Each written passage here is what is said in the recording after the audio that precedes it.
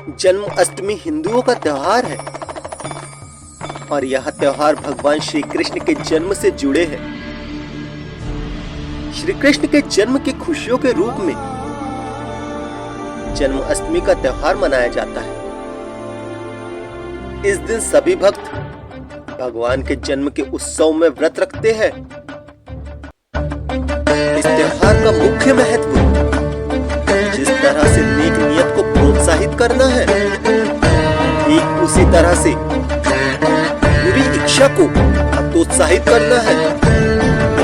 भगवान श्री कृष्ण का जन्म मथुरा की भूमि पर हुआ था। श्री कृष्ण भगवान विष्णु के 8वें अवतार हैं।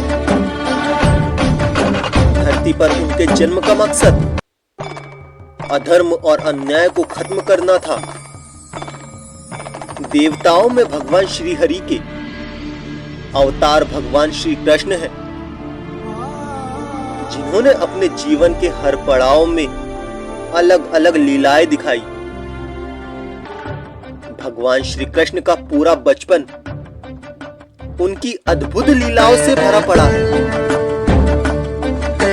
भगवान कृष्ण के कुल 108 नाम हैं। भगवान श्री कृष्ण देवकी और वासुदेव के 8वें पुत्र थे। उनके जन्म के उत्सव में उनकी बाल लीलाओं का रूप अधिक देखने को मिलता है।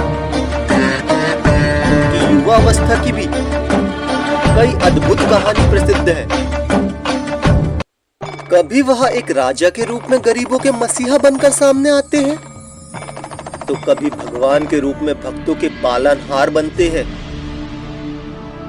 भगवान विष्णु ने धरती को पापियों के जुल्मों से मुक्त करने के लिए श्री कृष्ण के रूप में अवतार लिया था। कृष्णा के रूप में उन्होंने न केवल कंस जैसे अत्याचारी राजा का वध किया, बल्कि महाभारत के युद्ध में अर्जुन को भी गीता का उपदेश देकर कर्म का सिद्धांत भी बताया। भगवान कृष्ण का जीवन और इससे जुड़ी कहानियां इतनी अद्भुत हैं कि आज भी लोग उनके जीवन के हर पहलू को याद करते हैं और उनके जन्म का उत्सव जन्माष्टमी या गोकुल अष्टमी के रूप में हर साल मनाते हैं। मथुरा नगरी के राजा कंस जो बहुत अत्याचारी थे, उनके अत्याचार दिन प्रतिदिन बढ़ते जा रहे थे। एक समय भविष्यवाणी हुई कि उनकी बहन देवकी का 8वां पुत्र उनका वध करेगा। यह सुनकर कंस ने अपनी बहन देवकी और उनके पति वासुदेव सहित उसे काल कोठरी में डाल दिया। वध होने के डर से कंस ने कृष्ण से पहले जन्मे देवकी के 7 बच्चों को मार डाला था। भगवान श्री कृष्ण के जन्म के समय घनघोर वर्षा और चारों तरफ घना अंधकार छाया हुआ था। श्री कृष्ण का अवतरण होते ही वासुदेव और देवकी के कारागार के द्वार की बेड़ियां स्वयं ही खुल गई। पहरेदार गहरी निद्रा में सो गए। वासुदेव किसी तरह श्री कृष्ण को उफनती यमुना के पार गोकुल में अपने मित्र नंदगोप के घर ले गए। वहां पर नंद की पत्नी यशोदा को भी एक कन्या उत्पन्न हुई थी। वासुदेव श्री कृष्ण को यशोदा के पास लाकर उस कन्या को ले गए। कंस ने उस कन्या को भी पटक कर मार डालने का चाहा, किंतु वह इस कार्य में असफल ही रहा। श्री कृष्ण का पालन पोषण यशोदा माता और नंद की देखरेख में हुआ। बाल्य अवस्था में ही कृष्ण ने अपने मामा के द्वारा भेजे गए अनेक राक्षसों को मार डाला और उनके सभी कुप्रयासों को विफल कर दिया। और अंत में श्री कृष्ण ने दुष्ट कंस को ही मार डाला। श्री कृष्ण के जन्म उत्सव का नाम ही जन्माष्टमी है। गोकुल में यह त्योहार गोकुल अष्टमी के नाम से मनाया जाता है। भगवान विष्णु के 8वें अवतार माने जाने वाले भगवान कृष्ण के जन्म दिवस को जन्म अष्टमी के रूप में मनाया जाता है। श्री कृष्ण को माखन, दूध, दही काफी पसंद था, जिसकी वजह से उन्हें जहां कहीं भी माखन दिखता वहां खा जाते।